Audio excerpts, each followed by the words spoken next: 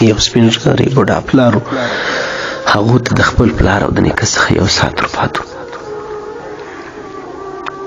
په دې وخت کې چې دی بوډا دی، سپین ږیری دی، د مرګ په بستر باندې پروت دی، بچي ته غواړي چې وصیت ورته وکړي، نصیحت ورته وکړي. وایي بچی هغه ورته ویل، وایي زما د لاس ګړی ویني، زما په لاس چې دغه ورته وو، وایي دا غالبا د 200 کالو ګړی ده چې ماته د پلار او د نیکونو سره پاته ده. ته داسې وکړه د ګړی نه خلاصه کړه، ویسه د ګړی والا دوکان ته، د ساعت والا دوکان ته، ساعتان چې خرڅېږي هغه ته وایي چې دا په څو رانیسي. او ته ډېره ښه ده. بچي هغه د پلار د لاس ګړی نه خلاصه کړله، ویې وړله. هغه چې هغه دوکاندار وکتل، هغه د ساعتانو والا د ګړیانو والا چې ویې کتل، باره یې وایي چې یاره دا خو د 500 قیمت لري، بس بخښنه غواړم د 500 در 500 بالا اخوات نه رانیسم، 1000 قیمت لري، در 1000 روپۍ اخواته زه نه رانیسم. او هم ته زما ښه منې چې زه له تا سره رانیسم. هغه پلار و بچي ته ویلي چې پر خرڅوی مه برته یې ماله راوړه. چې کله یې بچی راوړې او دغه دوکاندار حال یې ورته ووایي چې در 500 اخواته بالا نو اخیستلو ته تیار. نو هغه پلار ورته ویل بچی اوس دغه ګړی او دغه ساعت دغه شی ویسه، هغه ځای له وروړه په کوم ځای کې چې نادره یعنې انتیکه شیان خرڅېږي، تعجب والا شیان.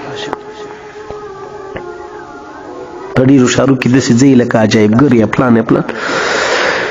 نو چې دا هغه بازار ته ورلی، هغه ځای ته ورلی، هلته چې بیه کړله، هلته خلک د 1000 پر ځای د 500 پر ځای د دې قیمت یې 50,000 ورته وښوی.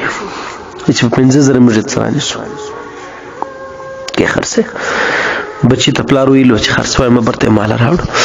ساعت چې بیا ورته راوړي، نو پلار درېیمه پلار ورته ویل چې ته ورسه دا ساعت ویسه عجایبګر ته. بعضې لوی ملکو کې چې کوم عجایبګرونه وي، نو په هغه عجایبګر کې به یې پوښتنه وکړه چې دا په څو دی. دغه د 200 کالو ساعت و، هغه پخوانی مثال کې طرف لکه پخوانی زوړ ماډل. نو په دې پسې عجایبګر والا ګر سره ړاندي پسې ګرځي، دونه یې پکار وي. هغه یې بیا د دې نورو خلکو د تماشې لپاره یږدي، هلته بیا خپله ګټه پر کوي، خلک راځي ګوري چې پخوا وخت کې ساعتان څنګه وو، پخوا وخت کې موټران څنګه وو، پخوا وخت کې تېرو څو وختو کې اول پلانې شي څنګه وو. هغو ته بیا دې لپاره پیدا کوي. هغه چې یې ویوړل هغه ته 500,000 قیمت ورته وایي چې دغه ساعت 50,000 قیمت لري. هغه پلار و دې بچي ته ویلي وه چې خرڅوی مه برته یې ماله راوړه. کله چې ورته راوړي بابا دغه شی دی، خو د 50,000 اول ځای کې 500 بیا 50,000 بیا 50,000. نو دې پلار دې بچي ته ویل، بچی هغه ورته ویل زه خو نور مړ کېږم، د دنیا نه مې سترګې پټې کېږي، تا ته یو خبره کوم. هغه ورته وایي کومه؟ وایي بچی په هغه ځای کې دې عمر مصر پوه چې په هغه ځای کې ستا اهمیت نه وي، ستا قدر نه وي، ستا احترام نه وي، ستا عزت نه وي او ستا کار نه وي.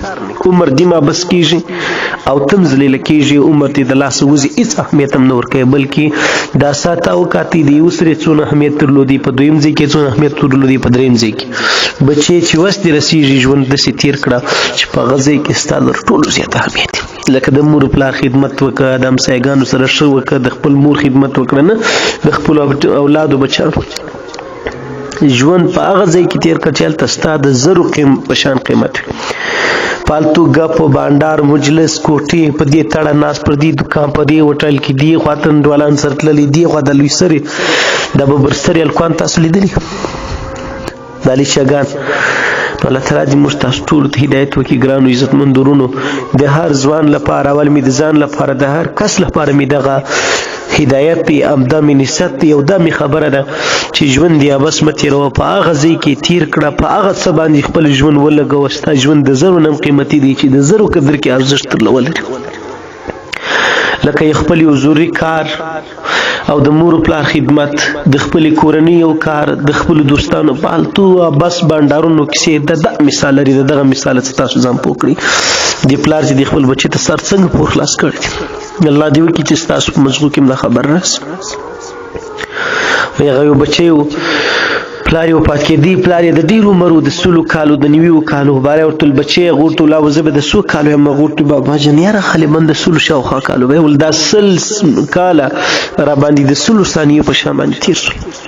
بچی زما نور ټول نصیحتونه ما وختي کې درته کړي دي، پر غوږ ونیسه، دا یو اخري مې خامخا پر غوږ ونیسه.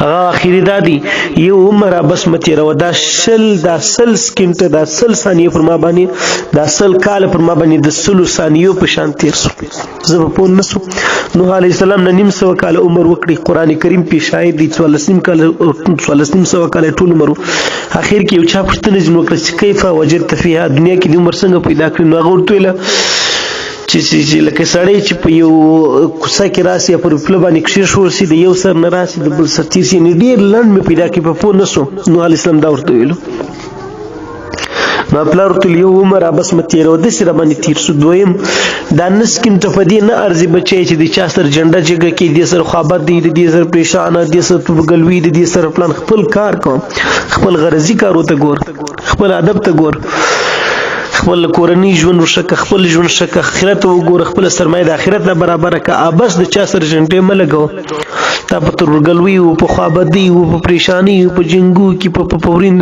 په اسشه گنجې تندې ګورین تندې چې نیولې په دې باندې دا مت ودا د دې دینه نسکینټ نیوسکینټ ژوند بڅنګي نو ګرانو عزتمند مسلمانانو الله تعالی دې موږ ته هدایت نصیب کړي خپل ژوند ابس مزه کوي اغه ځکه دې ژوند تیر ک چلته دې د زرو په شان قدر وس